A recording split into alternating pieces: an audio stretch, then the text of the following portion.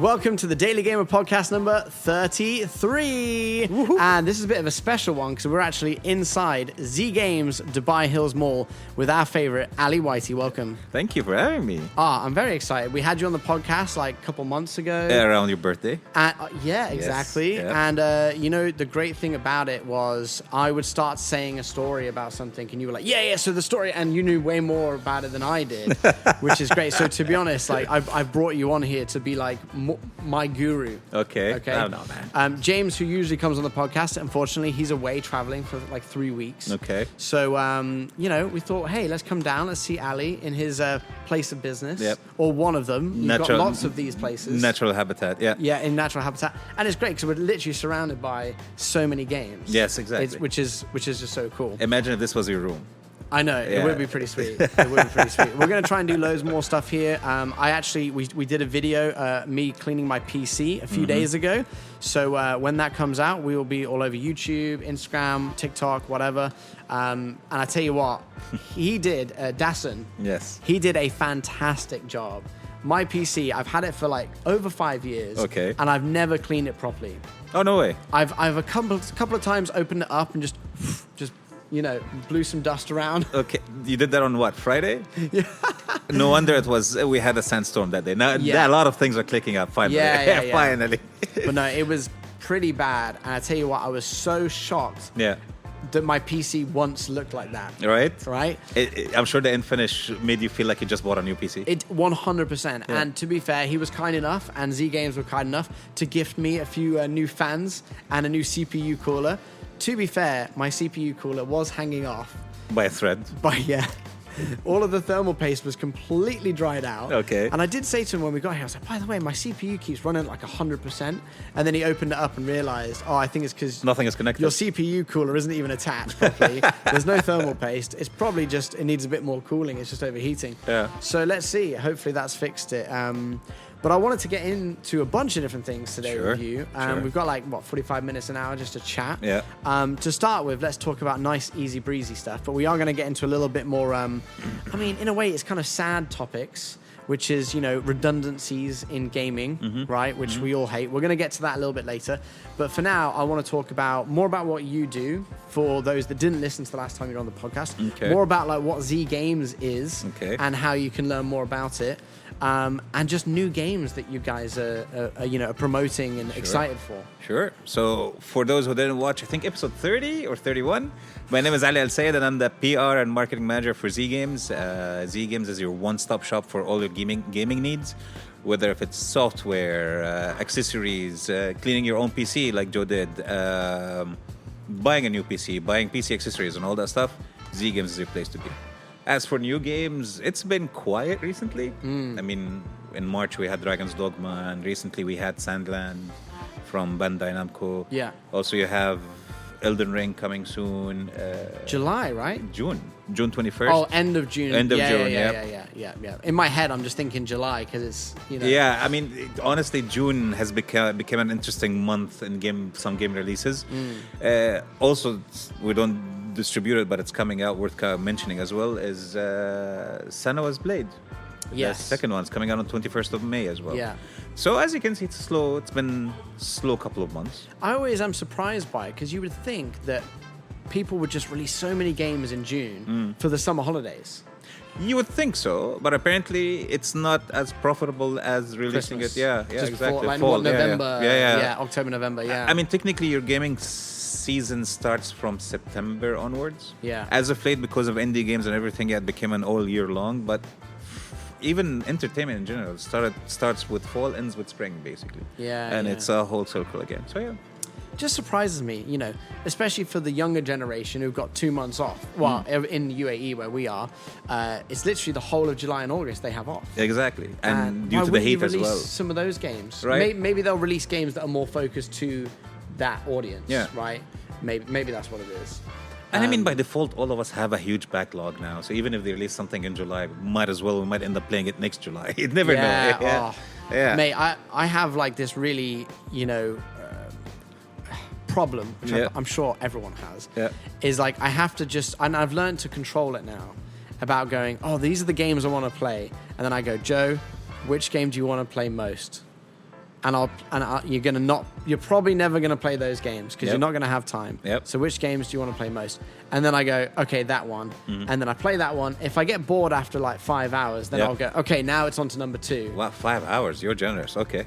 Yeah, I am generous. I do really like to give a game time before I got to be honest. I gave a lot of time to Skull and Bones, Okay. and I really enjoyed it. But after putting in loads and loads of hours and got to like the end game, I was like, nah. What was I doing? Yeah. Yeah, like I probably could have played 5 hours of this game and stopped playing, but I was so determined to get to the end and build up my ship and stuff, which in a way is probably good job to the It was developer. fun. To Ubisoft I'm sure it was fun. Yeah. But I tell you what, it was a good reward once I got the ship fully built and I was able to just smash everything else. It did feel pretty good. It did feel pretty good. But right now I'm playing Dragon's Dogma 2, which you guys do stuff with, Yes, with the releases yes. of that. Do you want to tell us a bit more about how that works? So the game came out on the 22nd of March. It was again an anticipated game for a lot of P gamers. I've been haunted about it from media, which I always love. But so far it's been doing well. It's amazing to see a game that still has this much of weight, especially with knowing that the first one came out in like 2010, 2011. I was going to say it was over a decade ago. So you're seeing that a game that came out 12, 13 years later, and it still has a huge following, from what I've been seeing for the past few weeks, despite the small backlash that happened with the DLCs and all that stuff, the game was still doing well for the first 3-4 weeks, which for the first month. Yeah. And we were very happy to be able to get it approved also with the ministry, because at some point it was going to be banned, but luckily we managed to get it approved as well, so it was available for EA players. Interesting. Yeah. I mean, I don't think I've really played it anything in Dragon's Dogma 2 that I thought, oh, that's ban worthy. Yeah. See, the thing that we appreciate... It's pretty PG for the most part. For the most part, yeah. But you have certain parts here and there, which again, that's why you have this amazing age rating system that you make sure that, okay, if you're playing this game, that this game is for 21, it's for 18, it's for 16. So it makes it a bit more transparent for people as well. Yeah. I am loving it though. Yeah. I did talk about it a lot on the last podcast, so I won't go into it too much. Okay. But yeah, it's a lot of fun. Okay. And I that type of game, open world, RPG, fantasy, like that is right up my street. Yes. Like, I love that type of stuff. So, for the likes of it's not like for like game, but you've got kind of games like Skyrim or something like that, right?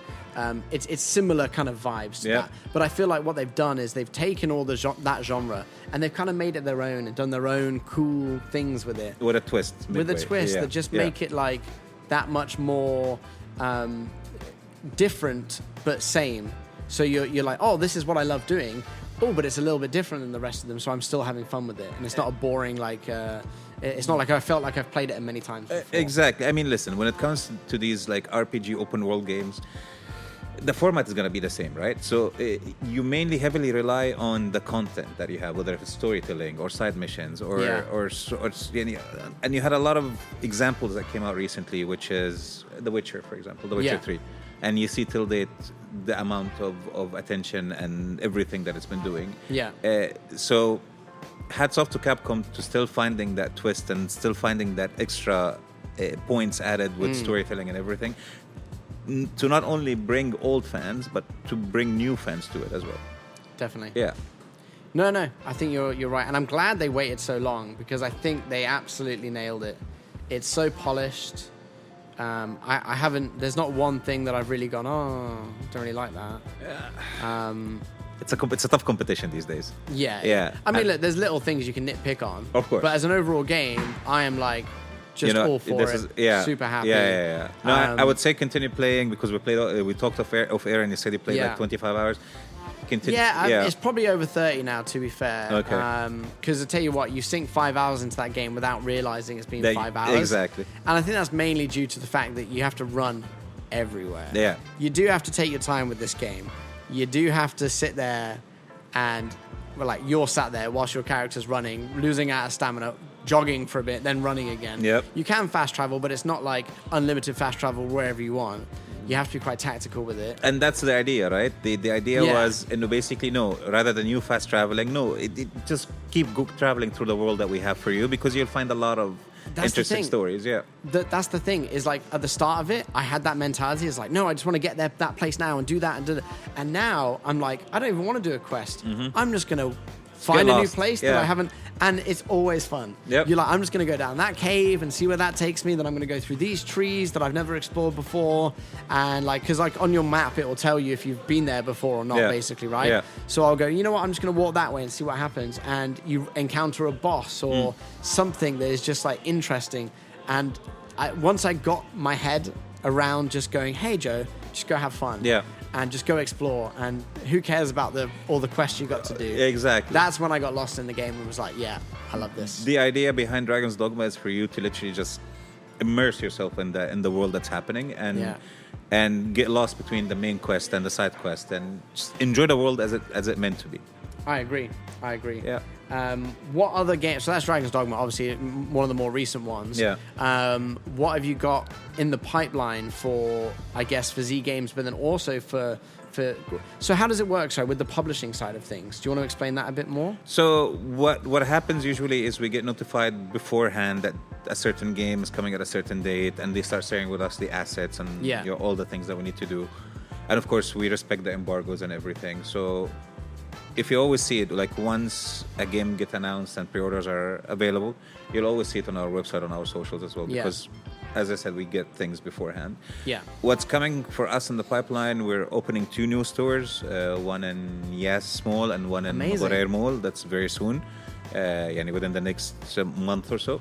Crazy. We're still working on our expansion plan, which is by the end of mid of 2025, hopefully we'll end up having more than 50 stores across the region. Amazing. And we're trying to expand our distribution as well, not only to this region, but also to South Africa and Turkey as well, and more countries to come. Yeah, so we've been trying to go on those steady growth, basically, be reachable everywhere. We've been also working on our website, enhancing our customer experience online for those who likes to do online shopping. So lots has been happening with ZGames. Obviously, we're in one of your stores right now, and it is a nerd's paradise, right? From cosplay stuff to to card pack decks, Pokemon cards, collectibles, to obviously all your games, PCs, everything. monitors, pretty much anything you want to do that is just nerd related is probably here. How is that now, in this day and age, with having stores, like you're opening more stores, so it must be doing well, but then to the online shopping type thing for games, and obviously you can buy games digitally now, but are you still seeing that people want to come in the store and spend their money here? In this region, moving fully digitally is not a thing that everyone supports, because again, like in some countries, you have the internet either being too expensive or too weak for you to rely heavily on downloading everything digital. So yes, retail stores in the region is still a thing, and it's still going. Like even with, you can see it with other categories as well, such as Amazon, Noon, all these like H&M, all these brands, right? Yes, they have their online ordering websites and everything, but you still see the shops being full. Which means that yes, the retail power is still a thing in this region. And I think mall culture, if that's what you call it, in the UAE especially, is just huge. Like people go, hey, what are you going to do this weekend? Mall. Like, and everyone always has their kind of the malls they like to go to. And like whenever I'm here, I just pop in to the shop, because you never know, you might see my something wife that wants you like. to do some shopping, and I'm like, hey, I'm gonna go to ZGames for a bit. Come to the gaming paradise. Exactly. Yes. So retail is still doing well. What's coming up also in our pipeline, we have Elden Ring DLC coming in 21st of June. And so excited for that. Same here. Also, you have Star Wars Outlaws in August. I'm also very excited for that. And as we saw today, they have today's Wednesday, 15th of May, so that they have an announcement tonight for Assassin's Creed. We don't know. So Yes, well they called it, because it was Project Red, and now they've called it Shadows. Shadows, yeah. So we know the name now. But we should find a trailer. Tonight. I mean, to be honest, by the time we post this, we would have already seen the trailer. The trailer, yeah. It so- was amazing. Go watch. Yeah. Oh, what a trailer. But yeah, so we'll know more about that by the time this is posted. So look out for that. And I think I'm honestly excited. in June things should be more clear software related because again you have the summer. I love how I can't even speak today. The Summer That's Games okay. Fest happening in Yeah. June, so that's hopefully we see more new releases or like update about upcoming games as well. Yeah, yeah. So for now it's just the calm before the storm, as they call it.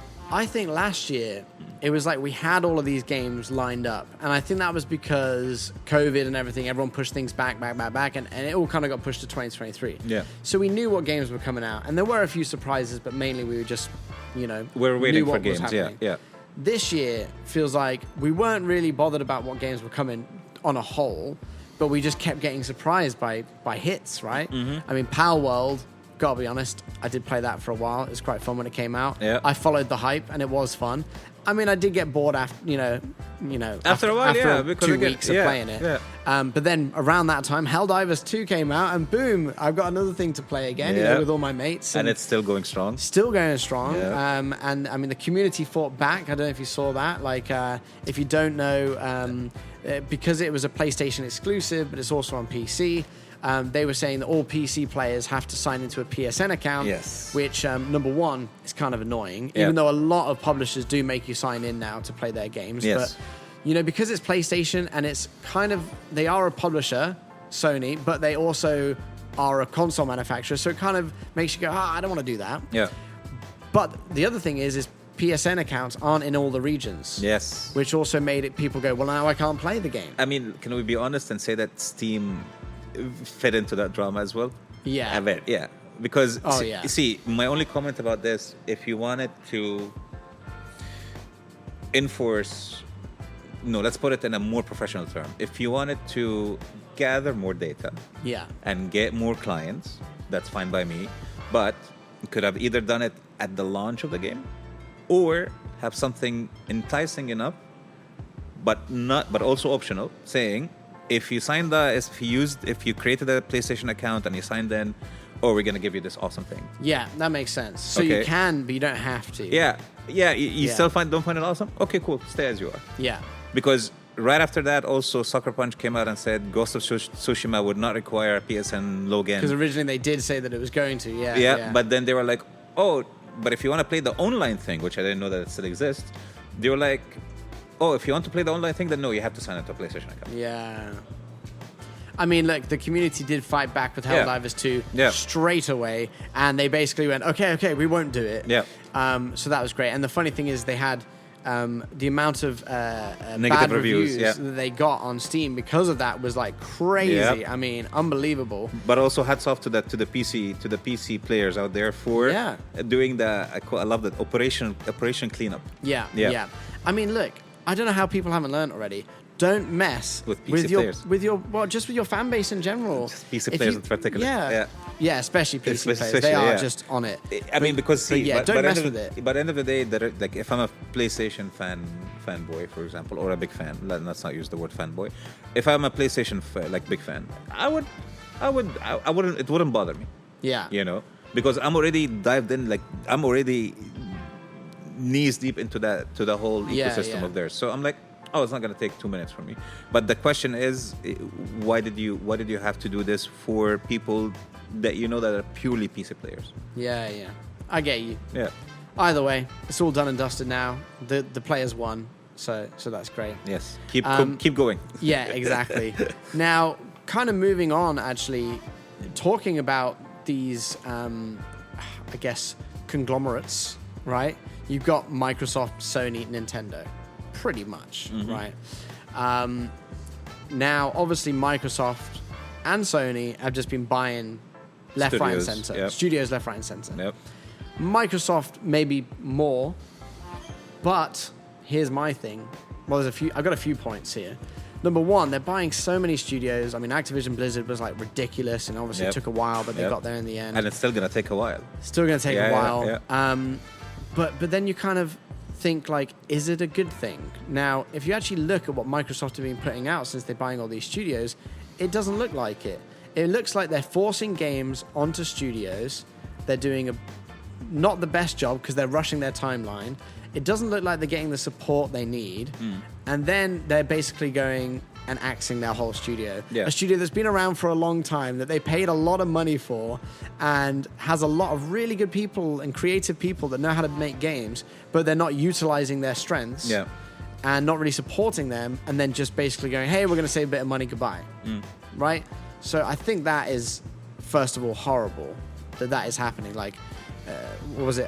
Arcane, one of the Arcane studios got shut down recently. Yep. And Tango, the one that did Hi-Fi Rush. That was the Japanese studio, right? Yeah. Also, Microsoft have been saying for years, we need more stuff in Japan. Yep. And then they've now got one studio in Japan, Yep. and then they axe it. And Hi-Fi Rush, I mean, I don't know if you've seen, since they announced, since they said they're going to close down the studio, the Hi-Fi Rush has now got an overwhelming support on Steam. Of course. And for positive reviews. And overall, it has 4 million players. Yeah. It's not a bad game. Which is higher than Final Fantasy 16 when it came out like last year.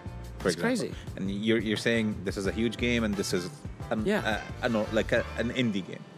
The issue with this is now, if you're noticing, we're four years into the new console, right? Yeah. If you go back 4 into years, if you go back into, also you had like 2013 the PS4 came out and the new Xbox came out, and then 2016 2017 was pretty much like what we're going through right now, which is 2023 2024. You had a lot of good games last year. Now it's the middle transition of, you have two transitions happening. The refresh cycle, which is the PlayStation 5 Pro, the new Xbox, all digital one, all of that stuff. Yeah. And how everyone is trying to move to digital. And with that, for some reason, with Microsoft as well, like buying things left, right, and center, like in the past 2 to 3 years, how many studios did they buy? And now, 2 years in... Too many to count, yeah. 2 years in, you canceled a lot of, like, you just axed a lot of good franchises a lot of people are waiting for, like Dishonored. Well, that's the thing. They were like the guys who made Dishonored 1, right? Yep. And you're like, well, everyone's waiting for a new Dishonored. Does that mean it's not going to happen? Or it's going to happen with people that have never worked on a Dishonored game before? Yep. Like, what... it just doesn't make you feel like, oh, we're going to get the game we want with the new Dishonored, right? It's asking a lot of it's bringing up a lot of weird questions. First of all, your main point of buying all of these studios to give them support because you have Game Pass. So 2 or 3 years later, after you buying all of these studios and you shut down 8 or 9 of them, how is your Game Pass doing? Because, for example, consider me as a casual gamer. I'm going to go in, I'm going to see that, they have Dishonored, they have Hi-Fi Rush, they have this. I'm going to subscribe into Game Pass because I want to see sequels to these games. Yeah. Oh, no, but wait up. These studios doesn't exist Yeah. anymore. Then why am I buying it? That means your Game Pass is not doing well. Also, I heard that Game Pass has kind of plateaued. Yeah. They got to a certain amount of people on Game Pass, and it's not increasing.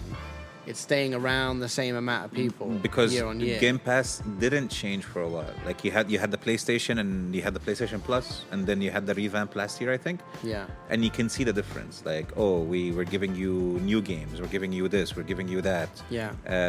With Xbox, how many games since 2020 came out exclusively for Xbox? Yeah. That's one. Two. And how many good games? Thank you. How many good games? Redfall, like the Redfall, for example. Redfall came out and Yeah. And I think it's done, right? Starfield. Starfield. Although they're still pushing Starfield, and I think they're gonna keep pushing Starfield for at least 2 years. I mean, look, Starfield wasn't a bad game. It was a 7. 7 out of 10. It was a good game, but It was the same thing as No Man's Sky. And look at No Man's Sky now. Yeah. So Starfield is gonna be one of these slow burners that they have to go with it. But if you're seeing all these like closures and everything, Microsoft is left with Fallout, Skyrim, and Gears. Yeah. What else do you have? Nothing. Then why should I come to your console? Because you have Activision? Fine by me. But how many of the PlayStation owner or fans are gonna actually migrate to Xbox just because you're gonna get more exclusive stuff on Call of Duty? And they haven't even said if you're going to get exclusive stuff on Call of Duty. They're still figuring it out, right? Because they promised a lot of things and now you cannot go back on them. And he said for 10 years I will not take Call of Duty off PlayStation or something like that. Yeah. So... And it also doesn't make sense. Even like, the Final Fantasy Rebirth, right? Yep. They haven't actually... Normally they post about how many sales they've had, and they haven't, which makes people believe that they weren't as good. But then they have now said, we're probably going to put our next game out on all platforms and not have an exclusive. Thank you. Yeah, this shows you enough that doing things exclusive doesn't win anymore. But that's the thing. They always say though, they don't make enough money from consoles, right? They know that they make a loss on consoles or break even or whatever. They're not making money from consoles. Okay. So why? They're buying all these studios, so they obviously are going down a path where no, we just want to make more games and make money from games. So you're going to make more money from games if it's on both platforms, right? So instead of trying to fight over whose console is better, because let's be honest, they're exactly the same. Yeah. Like, really. It depends on what you use it for it, yeah. Yeah, but realistically, the differences are quite minute between the power of the CPU, GPU, RAM, whatever. It's going to be pretty similar, right? Not one is way better than the other. Yep. Just focus on making really good games and selling the best games you can with all the studios you bought. Yep. I mean, look, have your exclusives if you really want, but if you, like, in my head, I'm just like, I kind of don't get it, I don't have an Xbox, and to be honest with you, there's not a game on there that I've gone, oh, I wish I had an Xbox. PlayStation, yes. I'm like, oh, Last of Us. Spider-Man. God of War. Yeah, there's so many. It's Horizon. Exactly. Yeah. Even Helldivers 2, yeah. And there was another one recently, which I'm blanking on, but... Oh, yeah, Final Fantasy Rebirth. Yep. When you look at that and you look at like, okay, well, fair enough. Like, I'm glad I have a PlayStation because I can play all these games. Plus the PlayStation Plus games, plus the catalog that you have. And I have a PC as well, right? There you go. So people go, well, Xbox Game Pass. I'm like, I can just get Xbox Game Pass on my PC. That's it, yeah. And to be honest, I don't have time enough to play all the games on Xbox Game Pass. And it's also the same thing. Oh, I have it on console too. I have it on PlayStation too. Yeah, so what would be easier? So there you go. I mean, don't come and say, oh, when we bought these studios, we were ambitious, but 2 years later, oh, we didn't know how to handle 8 to 9 studios. We're not saying that they're big studios. They were saying that we're small studios. So, and they're just a money machine, Microsoft. I mean, maybe their gaming department has like obviously a lower budget than obviously Microsoft, but at the same time, like, you bought these companies and they're now in your care. It's not just the people that work there. That's number one. But it's also the legacy of what that studio has done and built over the last however many years. That's really what you're protecting. And legacy. If you kept some people, where did these people go? Because so far what we heard, the Microsoft team has been divided into 3. Fallout, Skyrim, and Gears. Yeah. So then what? So that means, that also brings a question when Hellblade 2 comes out. A month later, we're going to hear that Ninja Theory is shut down. You have Obsidian. I think they're working on that game. I know the game you're talking Indiana about. Jones. Yeah, Indiana Jones. Yeah, I'm so worried about them. Yeah. So does that mean that Obsidian is going to get the axe right after you guys release a game that we're not sure if it's going to come out this year as well? And what's the other one? Machine Gun Games, is it? Yeah. Yeah, I don't know. There's loads. And a lot of them have got projects going right now, and it's like, oh, if they don't make $1 billion, they're gone, kind of thing. That's what it feels like now. Because now with Hellblade 2, where is your marketing, for example? I don't see marketing anywhere. No. Yeah, I don't see like a huge push. No. So that's a bit worrying, considering that this is your first party title exclusive. Yeah. That you have. So why you're not celebrating it that much, even if it's a short game?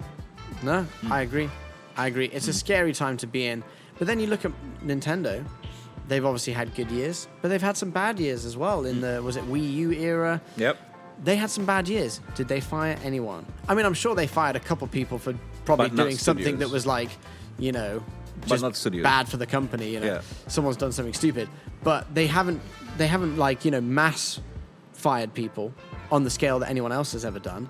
They try and promote inside their company that you have job security, and that you'll be with us for however many years. Someone was talking recently about the what are the characters? You know, on Wii, you have the me figures. yeah, exactly. So apparently that was actually something that they put in like 20 years before, right? But they didn't really have the technology for it, and it didn't really work, so they didn't end up doing it. 20 years later, they're building this new console, they've got this new thing, and someone who has been working there for over 20 years and remembered that went, hey, remember what we did 20 years ago? We made those me things. It didn't really work then, but do you think it will work now? No, yeah. And then boom. There you go. I mean, that was one of the highest selling consoles ever.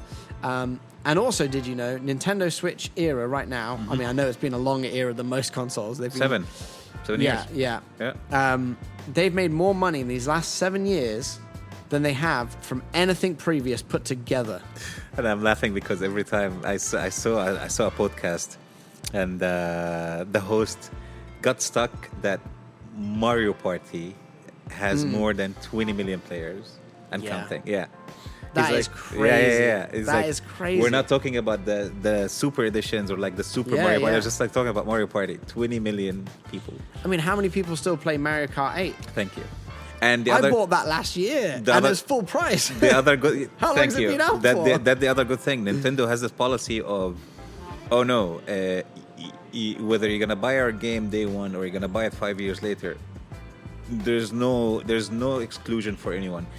The person that bought it on day one will pay the same amount of a person who bought it 5 years later. No discounts. Yeah, I mean no they do there's 2-3 sale. Once a year, but again. The sales aren't that great. Breath of the Wild, it's 7 years now. It's still $60. Yeah. Mario Kart, still the same. Yeah. And it's selling crazy. year after year. Yeah. And it's selling year after year. Like I said, I literally bought Mario Kart 8 last year. How long has it been out? Since I 2017. can't remember. Yeah, like a long time. The Mario Kart 8 Deluxe that we have is basically since 2017 when the Switch came out. I was a little bit disappointed that I had to buy it full price, but fair enough. And because I love it because all of their games are exclusive, right? But that's what they do. They don't flip flop. They go every single game that is made by us. Number one, they're all bangers. Yeah. So it's fine. You're like, I'm okay with that. If it's only on Switch and I have to buy a Switch to play the games, it's fine. Because at least you're going to get good games year on year. And Microsoft and Sony, I mean, you are going to get some good games with Sony, I think. But with Microsoft right now on Xbox, it's been questionable. You don't know if you're going to get a good game. So I do respect what Nintendo have managed to do. They've stuck to their guns. Nintendo from the beginning, they were like, this is not a race. We'll do what we want. We'll focus on our main core value, which is family entertainment system. Yeah. Just leave it at that. I did hear one thing recently, which I thought was really good. It says, Microsoft are making games to make money. Nintendo make games to make money to make more games. Yes. They're not doing it to make more money. No. And then full stop. Yeah. They're doing it, all right, we got more money. How many more games can we make now? And you see how protective they are of their IPs and their consoles and everything. Yeah. Yeah, like, this is how it should be. And I tell you what, they're geniuses. The Breath of the Wild, Tears of the Kingdom. How big was that game? And what was the GB? It was like 15 gigabytes. Yeah, it was a huge one. Yeah. Yeah, huge for Nintendo. But came in. But what I mean is, you look at Warzone or whatever. It's like 150 gigabytes or something nowadays. That's every update. We're not talking about the base game. That's that's crazy. Yeah. How they managed to make a game on an inferior console that was only 17 gigabytes or 15, whatever it was around that. Yeah. Look that beautiful and be that expansive. I have no idea. You see that the cycle that we have here, like now, Stellar Blade, for example. Yeah. Stellar Blade is an amazing game, and it looks like it's an eye candy. Yeah. You know how big it is? 30 gigs. Wow. So finally, developers started understanding the device that they're dealing with. And so far, you and I both know that we didn't see the full potential of the PlayStation 5. Yeah. To even start talking about PlayStation 5 Pro. Yeah. Like the only person that will be able to push the PlayStation 5 to the limit is going to be Kojima. with Death Stranding 2. Yeah. Yeah, so the good thing about these guys, and we've been talking about the Switch 2 for at least 2 years now. Insomniac got kind of close, I think. Yeah, that with too. Spider-Man, the most recent Spider-Man 2. There you go. They were really starting to go, okay, wow, we found some really cool stuff we can do with this console now. But I do completely understand what you're saying. But because, see, again, it's not a race with Nintendo. When we have things ready, we'll deliver it for you. When Breath of the Wild came out day one in 2017, it was amazing. Yeah. For Nintendo standards, it looked amazing. And it ran very smoothly and everything because, these guys, they've been working on this device. They've been perfecting this device. They've been having enough time for their developers and everyone working on these games to have enough time to get familiarized with the device. Yeah. Unlike the other consoles, comes out 4 years, the refresher, 4 years, a new console. Yeah. Before you know it, you didn't even utilize that full console. Yeah, I'm surprised during the Dubai Esports and Games Festival event that happened 2 weeks ago, a lot of customers are still asking for PS4 games. Yeah? Yeah. You would think that they were asking for PS5 games, but no, they're asking for PS4 games. Which brings another question for you as well. Are the sales numbers that we're seeing about these consoles actually true? Yeah. Yeah, I don't know. I guess who knows, really, right? Because they're getting the data from only the source, I guess, really. And that's just how many they're shipping out to people. It doesn't mean they've actually been sold in those stores. It's just how many they've sold on. Yep. But yeah. Interesting. So that's what Nintendo does. Nintendo basically gives its devices, gives everything its proper time, so that when I release something as big as the Nintendo Switch in 2017 with day one, the Breath of the Wild, I know what I'm delivering. And I know that even if you came 5-6 years later and you paid full price, you'll be paying full price because I'm delivering to you an experience from A to Z. Yeah. Yeah. There you go. Yeah. No. Food for thought. Cool. No, definitely. Yeah, food for thought. I'm a big fan of the Nintendo Switch. I have a PlayStation 5 and a PC, but I kind of use them for different things. I mean, I have the luxury that I'm able to do all three. Yeah. And to be honest, we got the Nintendo Switch because we were doing like a gaming event and we wanted something people could play on, so we bought it, to play some Mario Kart. And then I bought the PlayStation 5 again for another gaming event. So technically they're work expenses and I've just kept them. So that's all right. Work expenses. Exactly. And I use my gaming PC to also do editing on. So again, also a work expense. I mean, listen, if you have a gaming PC, 100% you're going to be using it for work as well. Oh, yeah. Definitely. Yeah. So it's just the explaining to yourself the remaining expenses that you have. But in your case, it's a work experience, so that's not a bad thing. That's a work expense, sorry, exactly. So it's not a bad thing, yeah. Let's move on a little bit. How far? We're about 40 minutes in, so we've got a bit of time left. Yeah. We've kind of already touched upon it, I think. But I did want to talk about the fact that, you've got these AAA publishers and developers and whatever spending 10 years creating stuff. I mean, who knows when, GTA 6 is coming out. Yeah. How long that's been in the works for. Yeah. Fallout 5 or the new Elder Scrolls or whatever. I mean, who knows when that's all coming out as well. It's taking people a long, long time. And sometimes, like Starfield, it's falling short a little bit. Yeah. Or Redfall, maybe. I know that wasn't supposed to be as big of a game, but... Isn't Starfield update is coming out today anyways, 15th? Is it today? I think so, yeah. I don't know, I stopped playing it. I did put a lot of time into it, to be honest. I gave it its due because I paid for it, and I was like, I don't have Xbox Game Pass. Yeah. So no, I actually bought it purposely because I was like, no, I want to buy it because it's going to be a really good game and I want to have it forever kind of thing. So that's why I didn't get it on Xbox Game Pass. But yeah, like it kind of fell short a little bit, right? Now, there's a lot of indie games that are coming out and absolutely smashing it. Do you think that the AAA title developers are going to start going, ooh, should we start putting out more games that take less time, that aren't necessarily look as beautiful and as big, but are just really good games that people can play? Because Helldivers, I mean, I'm sure it took a time to make that game, but at the end of the day, it's not the most complicated game compared to like a Starfield or something like that. Okay. What do you think? The fun thing that we're having with all of this is the following, right? Studios and publishers and developers, everyone has been trying to double down on live game services. Right? Live service games. Yes. Yeah. Case in point, for example, you got Warner Brothers that came out and said, "Oh, we sold 22 million copies of Harry Potter, so the sequel is going to be a live service game."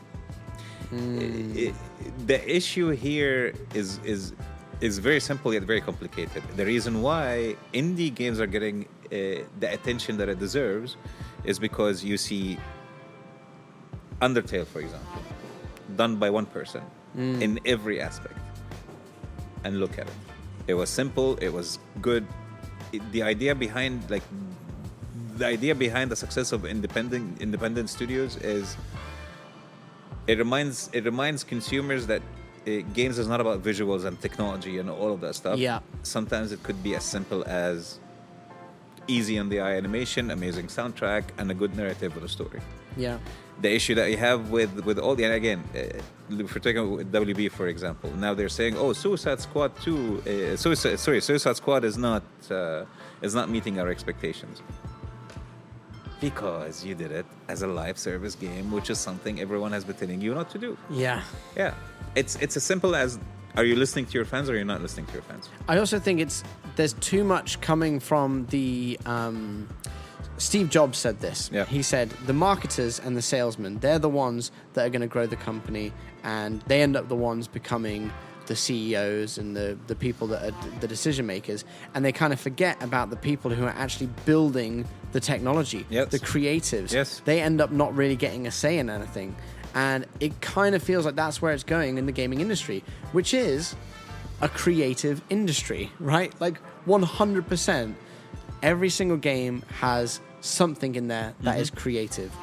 I mean, not just one thing, many things. From, like you said, music, sound design, costume, sets, what is it going to look like, story. There's so much, and that all has to come from creative people.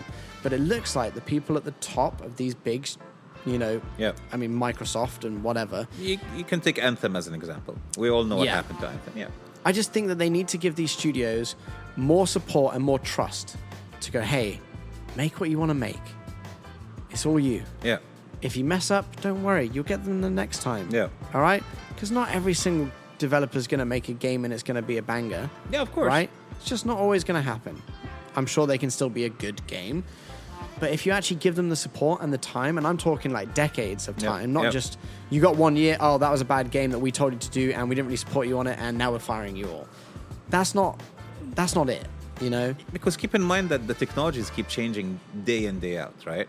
So by the time they nailed something, the way it moves this way or that way and today, and then something else comes tomorrow, then start learning that new thing. Yeah. And that's why a lot of delays, which is fine. We've been saying as of late, a delayed game is a good game because that means they're giving it time and care and everything. But when you delay games and you keep delaying games and you see the games being delayed for 10 years now, 5 years, 6 years, 7 years, and the end result is still bad, no, that means your focus here is not your consumer. Your focus here is how to get more money. Yeah. And the good thing, as of late, we've been seeing it. You've been seeing a lot of backlash with a lot of things. Helldivers, the Star Wars Outlaws editions, for example. Yeah. Yeah.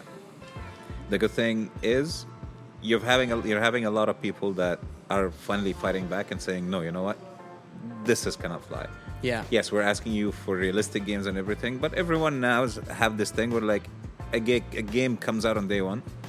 If it's not complete, if it's buggy, oh, it's fine. They're gonna fix it with time. Yeah, yeah. Which shouldn't be the case because back in the day on the early consoles, you have a release date. The game either comes out or it doesn't. And if it came out and it was successful, good for you. If it wasn't, there is no updates. Yeah, there's nothing. yeah. They have the luxury now, which is a good and bad thing. So you didn't have the technology back then, but you had amazing games. You have the technology now, but you have good games. Yeah. So what happened? I think personally, I mean, obviously I love to go onto a game and it looks incredible. Right? You're like, wow, look at the graphics and look at all that building or whatever. Great.